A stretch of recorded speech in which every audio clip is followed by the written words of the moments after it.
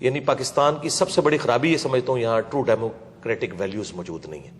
اسلام بھی ڈیموکریسی میں بلیو کرتا ہے. حلال اور حرام کے دائرے کے اعتبار سے تو آپ نے اللہ اور اس کے محبوب علیہ السلام کی تعلیمات کو دیکھنا ہے, لیکن حلال کے دائرے کے اندر اندر ڈیموکریٹک ویلیوز کے ذریعے چیزیں جو ہیں وہ ان کے ڈیسیژن ہوں گے. قرآن میں ہے وہ امرہم شورا بینہم, مسلمانوں کے جو آپس کے معاملات ہیں وہ مشورے سے طے ہوتے ہیں, اور نبی علیہ السلام بھی جمہور کی رائے دیکھتے تھے, اس کے بعد فیصلہ کرتے تھے. اگر ایک انڈیویجول یہ ڈیسائیڈ کرتا ہے کہ مجھے یہ فلاں پولیٹیکل لیڈر پسند نہیں ہے, اس کو میں نے ہٹا کے فلاں کو لے کے آنا ہے, تو آپ دیکھ لیں جنہیں وہ لے کے آئے تھے 2018 میں, آج وہی بندہ ان کے لیے مردود ہو گیا, اور جس شخص کو انہوں نے 2018 میں ہٹایا تھا آج دوبارہ سے ان کے لیے محبوب ہو گیا. تو جب تک ہم یہ گیم ختم نہیں کریں گے نا اور عوام کو فیصلہ نہیں کرنے دیں گے, اس وقت تک معاملات سیدھے نہیں ہونے. ٹرو ڈیموکریٹک ویلیوز پلس عدلیہ آزاد ہو. یہاں پہ کسی کے اوپر الزام لگتا ہے نا, الٹا وہ بندہ جب تھانے میں جاتا ہے یا جوڈیشری میں کیس لے کے جاتا ہے تو جج اور تھانے والے کہتے ہیں تو کچھ کیتا ہوئے گا تائیں تیرے نہ لائن جو ہے نا, بجائے اس کے ساتھ وہ ہمدردی کرنے کے چیز ہے کوئی نہیں کرتے.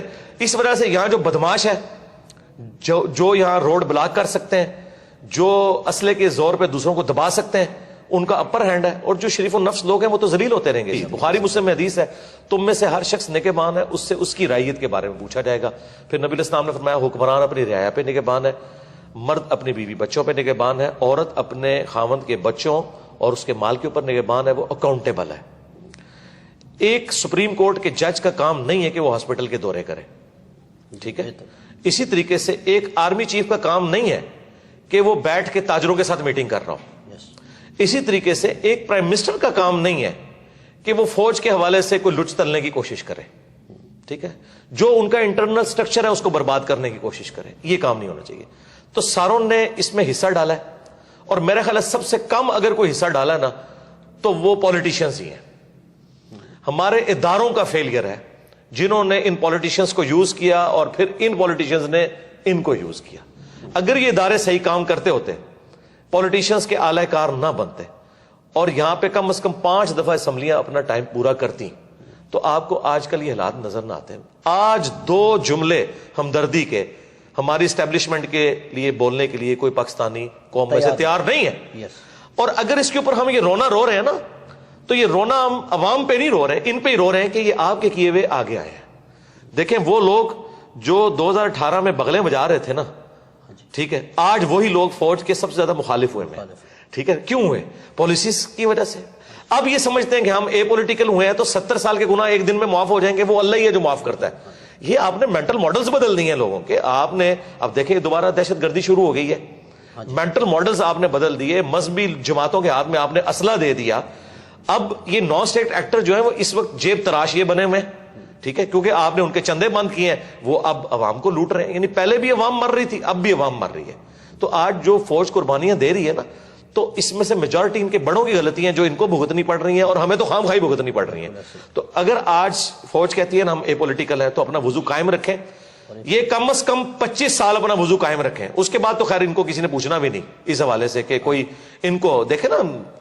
طیب اردگان نے اس سے زیادہ اسٹیبلشمنٹ وہاں اسٹرانگ تھی. یہ سیم کہانی تھی پاکستان اور ترکی, پاکستان سے آگے تھی جی کہانی.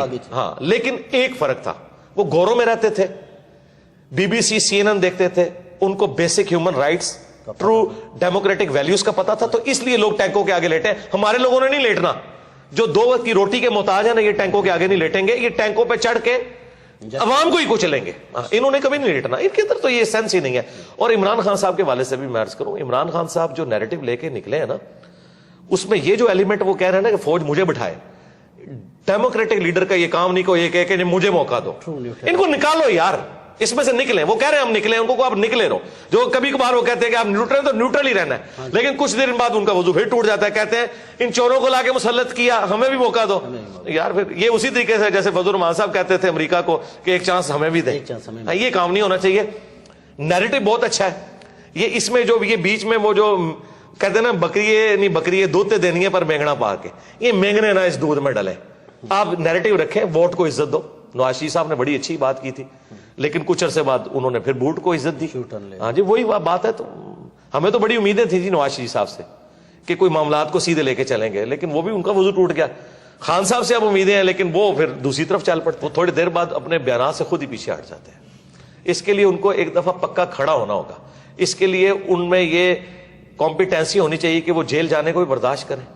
ابھی دیکھیں جیسے ہی کچھ ہوتا ہے تو بہادر تو ہیں. نہیں، بہادر تب ہیں جب وہ کہیں کہ ٹھیک ہے یار گرفتار کرو مجھے، ٹھیک ہے کیا ہوگا زیادہ سے زیادہ مار دیں گے ان کو. نواز شریف صاحب بھی تو جیل گئے ہیں نا جی، جو ان کے بقول بزدل ہیں. یہ کیوں جو ہے بندے اکٹھے کر لیتے ہیں اپنے گرد کہ جی کو بندہ داخل نہیں ہونے دیں گے عوام کو. ان کو چاہیے خود کہیں کہ آئے مجھے گرفتار کریں، پھر بلاتے تو ہیں لیکن اپنی حفاظت کے لیے بندے بھی اکٹھے کر لیتے ہیں. نہیں، اس طرح نہ کریں. ایک رات فون کریں خود سی ایم پنجاب کو کریں یا وہاں پہ رانا ثناء اللہ کو کریں کہ میں یار بیٹھا ہوں، آ جاؤ بھائی، میں جا رہا ہوں، جو کیس ہے میں جوڈیشری سے مجھے انصاف ملے گا میں کروں گا. اور اگر یہ کہتے ہیں یہی ہے تو یاد رکھیں اسی جوڈیشری نے پچھلی حکومت کو بھی نااہل کیا ہوا ہے. اس کا مطلب ہے پھر وہ فیصلے بھی غلط تھے. اگر آپ کو اسی جوڈیشری سے خطرہ ہے نا کہ آپ کے خلاف فیصلہ کریں گے تو یاد رکھیں پھر پچھلے فیصلے بھی ان کے غلط ہی تھے. پھر تو آپ کسی ایک جگہ کھڑے ہونا. تو میرے خیال ہے عمران خان صاحب اس دن بڑے لیڈر بنیں گے جب یہ جیل جائیں گے. جب تک یہ جیل نہیں جاتے نا یہ بڑے لیڈر نہیں بنیں گے.